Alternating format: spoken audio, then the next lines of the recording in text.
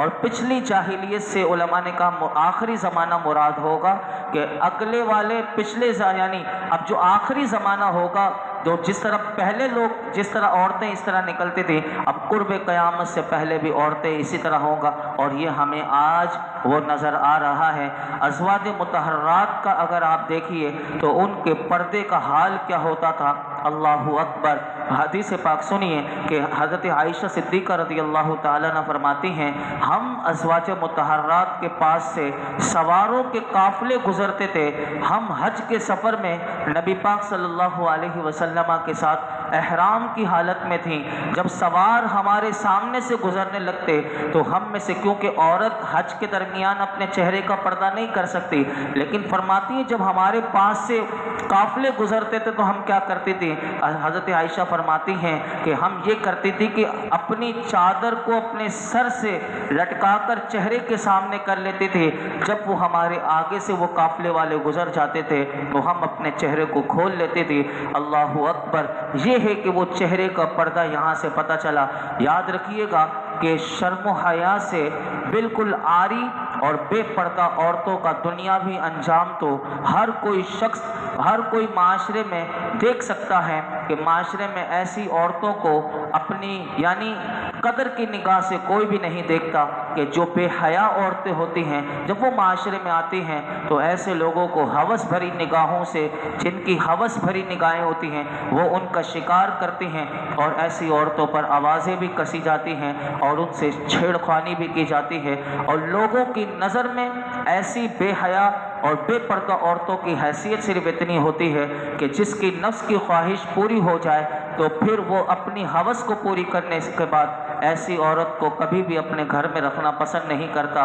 اور بہت سے لوگوں نے دیکھا ہوگا کہ پھر ایسی عورتیں جو ہوتی ہیں وہ خطرناک امراض میں مبتلا ہوتی ہیں، اور یہ تو صرف ان کی دنیاوی سزا ہے۔ آخرت کی سزا کیا ہے؟ سنیے کہ ایسی عورت جو ہے وہ مر جاتی ہے اور اندھیری قبر میں تو چلی جاتی ہے، یہ تو دنیا کی سزا ہے، لیکن آخرت میں کیا ایسی عورتوں کا انجام ہوگا، میں اسی حدیث پاک پر اپنی گفتگو سمیٹوں گا۔ آپ سنیے حدیث پاک میں میرے آقا علیہ الصلوۃ والسلام نے کیا فرمایا۔ حضرت ابو ہریرہ رضی اللہ تعالیٰ عنہ سے روایت ہے کہ رسول اللہ صلی اللہ علیہ وسلم نے ارشاد فرمایا کہ جہنمیوں کی دو قسمیں ایسی ہیں کہ جنہیں میں نے اپنے زمانے میں نہیں دیکھا، یعنی حضور کے زمانے میں ایسی جہنمی عورتوں کی فرمایا کہ میں نے اپنے زمانے میں نہیں دیکھا، بلکہ میرے بعد والے زمانے میں ہوں گی یہ جہنمیوں کی دو قسمیں۔ نمبر ایک فرمایا کہ وہ لوگ کہ جن کے پاس گائے کے دم کی طرح کوڑے ہوں گے، گائے کے دم کی طرح کوڑے ہوں گے کہ جس سے وہ لوگوں کو ناحق ماریں گے۔ یہ وہ جہنمیوں کی ایک قسم ہے کہ جو گاؤں دیہات میں آپ کو نظر آئیں گے، جو پائے جاتے ہیں۔ نمبر دو فرمایا وہ عورتیں کہ جو لباس پہننے کے باوجود ننگی ہوں گی، مائل کرنے والی، مائل ہونے والی ہوں گی، ان کے سر موٹی اونٹنیوں کے کوہانوں کی طرح ہوں گی۔ پھر میرے آقا نے فرمایا یہ نہ جنت میں جائیں گی نہ اس کی خوشبو پائیں گی، حالانکہ اس کی خوشبو بہت دور سے آتی ہوگی۔ اس حدیث پاک میں علماء نے اس حدیث پاک کی تشریح کرتے ہوئے فرمایا کہ اس حدیث میں عورتوں کے تین کام اللہ کے محبوب نے بیان فرمائے۔ نمبر ایک کہ لباس پہننے کے باوجود وہ ننگی ہوں گی، یعنی اپنے بدن کا کچھ حصہ چھپائیں گی، کچھ ظاہر کریں گی تاکہ ان کا حسن و جمال ظاہر ہو، یا اتنا باریک لباس پہنیں گی کہ جس سے ان کے جسم ویسے ہی نظر آتے ہوں گے، اگرچہ وہ کپڑے پہنی بھی ہوں گی لیکن پہننے کے باوجود بھی وہ حقیقت میں در حقیقت وہ ننگی ہوں گی۔ نمبر دو اس حدیث پاک میں فرمایا مائل کرنے والی اور مائل ہونے والی ہوں گی، یعنی لوگوں کو دلوں کو اپنی طرف مائل کریں گے اور خود ان کی طرف مائل ہوں گی۔ اور وہ کیسے ہوں گی؟ فرمایا سر سے دوپٹہ غائب۔ آج دیکھ لیجئے، فرمایا اسی طرح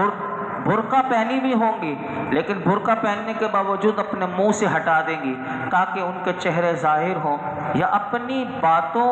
یا گانوں سے لوگوں کو اپنی طرف مائل کریں گی اور خود ان کی طرف مائل ہوں گی۔ نمبر تین ان کے سر موٹی اونٹنیوں کے کوہانوں کی طرح ہوں گے۔ اس جملے کی تشریحات تو بہت کی گئی لیکن جو علماء نے بہترین تشریح جو لکھی وہ میں آپ کے سامنے رکھتا ہوں۔ وہ یہ لکھا کہ عورتیں راہ چلتے وقت، یعنی سڑک پر یا گلیوں میں جہاں بھی وہ چلتے وقت، راہ چلتے وقت شرم سے سر نیچا نہیں کریں گی، یعنی چلتے ہوئے بے حیائی سے اونچی گردن سر اٹھائے ہر طرف دیکھتی ہوئی لوگوں کو گھورتی ہوئی چلیں گی۔ جیسے اونٹ کے تمام جسم میں اگر دیکھا جائے تو اس کی جو کوہان ہوتی ہے وہ اونچی ہوتی ہے، اور ان کے ایسے ہی ان کے سر جو ہے وہ اونچے رہا کریں گے، یعنی عورت جو ہے وہ اپنے سر کو جھکا کر نہیں چلے گی۔ اگر غور کیا جائے اس حدیث پاک میں تو وہ کون سی ایسی صورت ہے جو ہمارے معاشرے میں آج عورتوں میں نہیں پائی جاتی؟ ہمارے آقا علیہ الصلوۃ والسلام نے صدیوں پہلے یہ خبر دی تھی، آج وہ حرف بحرف ہمیں پوری ہوتی ہوئی ہمارے معاشرے میں نظر آ رہی ہیں کہ عورتوں کے لیے جو لباس آج معاشرے میں ملتے ہیں مارکیٹ میں، اور عورتیں ان میں کوئی شرم محسوس نہیں کرتی، وہ خرید بھی لیتی ہیں اور وہ پہنتی بھی ہیں، کہ جس سے ان کا جسم کا کچھ حصہ وہ ڈھکا ہوا ہوتا ہے اور کچھ حصہ ننگا ہوتا ہے، یعنی اتنا باریک لباس کہ جس سے ان کے جسم کی رنگت صاف نظر آ رہی ہو، یا پھر اتنا جسم پر لباس ایسا فٹ پہنتی ہیں کہ لباس تو پہنا ہوا ہے لیکن جسم کے اعضاء جو ہیں ان کے جسمانی ساخت جو ہے وہ بالکل نمایاں ہو رہی ہوتی ہے۔ تو یہ بظاہر جو جسم فٹ کپڑے پہنتی ہیں وہ ایسے ہی ہیں، در حقیقت وہ کپڑے پہن کر بھی وہ ننگی ہیں۔ تو کیونکہ لباس پہننے میں مقصد یہ ہوتا ہے کہ جسم کو چھپایا جائے، اور اس کی ساخت جو اللہ نے جسم کی بنائی عورت کی وہ نمایاں نہیں ہونی چاہیے۔ تو یہ جو فٹ لباس اور ایسے لباس پہننے سے یہ مقصد حاصل نہیں ہوتا، اس لیے فرمایا کہ وہ ایسے ہی ہیں جیسے کہ انہوں نے لباس نہیں پہنا۔ اس طرح ہمارے معاشرے میں ہم یہ بھی دیکھتے ہیں کہ عورتوں کے چلنے بولنے دیکھنے کا انداز بھی آج، کیونکہ یہ گندی فلموں نے، آج ڈراموں نے، آج اس موبائل کی لعنت نے ایسا خراب کر دیا کہ ان کی نقل اتارنے میں آج ایسا ہی وہ انداز ہے کہ وہ لوگوں کے دلوں کو اپنی طرف مائل کرتی ہیں، اور خود حال بھی یہ ہوتا ہے کہ وہ غیر مردوں کی طرف مائل ہو جاتی ہیں، کیونکہ یہ بھی معاشرے میں ایسے کیسز بہت سے ملتے ہیں کہ شوہر ہونے کے باوجود وہ دوسروں کی طرف مائل ہوئی بھی ہوتی ہیں، دوسرے انہیں اپنے شوہر سے اچھے، کیونکہ وہ کسی کے پاس مال دیکھ لیتی ہیں یا کچھ دیکھ لیتی ہیں کہ اس کے پاس پیسہ ہے،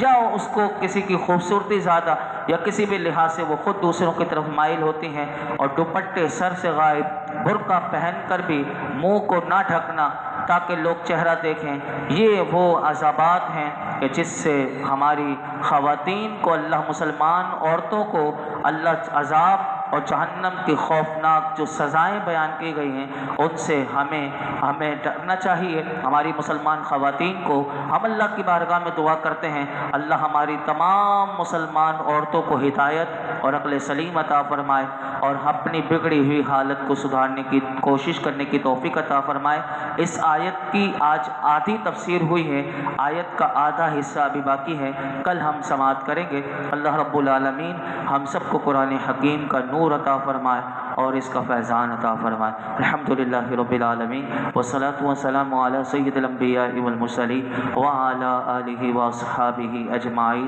یا اللہ پاک جو کچھ ہم نے سنا اس میں کوئی غلطی کوتاہی ہو معاف فرما دے، اپنی بارگاہ ہمیں شرف قبولیت عطا فرما۔ یا اللہ ہمیں ہماری گھر کی خواتین کو حیا عطا فرما۔ اے اللہ قرآن کے مطابق ہم سب کو ہمارے گھر والوں کو زندگی گزارنے کی توفیق عطا فرما۔ یا رب العالمین قرآن حکیم کے احکامات پر صحیح طور پر عمل کی توفیق عطا فرما۔ یا رب العالمین یا ارحم الراحمین ہمارے تمام صغیر کبیر گناہ معاف فرما، ہماری بے حساب مغفرت فرما، ہمارے والدین کی، میرے آقا کے تمام امت کی مغفرت فرما، دین و دنیا کی خیر عافیت بھلائیاں دونوں جہانوں کی عطا فرما، دونوں جہانوں کی ذلت اور رسوائی سے بچا لے، زوال نعمت سے بچا لے، احساس نعمت عطا فرما۔ یا رب العالمین ہماری پریشانیاں دکھ تکلیف دور فرما دے، ہمارے رزق دسترخوان کو وسیع فرما۔ مولا کریم ہمیں ہر قسم کی مرتے دم تک مولا کریم محتاجیوں سے محفوظ فرما، اپنے سوا کسی کا محتاج نہ کرنا، اپنا فضل و کرم عطا فرما۔ یا اللہ ہمارے بیماروں کو شفا عطا فرما، آج تک جتنی دعائیں کی ہیں آئندہ کریں گے سب دعاؤں کو قبول فرما۔ وصلی اللہ تعالی علی خیر خلق محمد وعلی آلہ وصحبہ اجمعین۔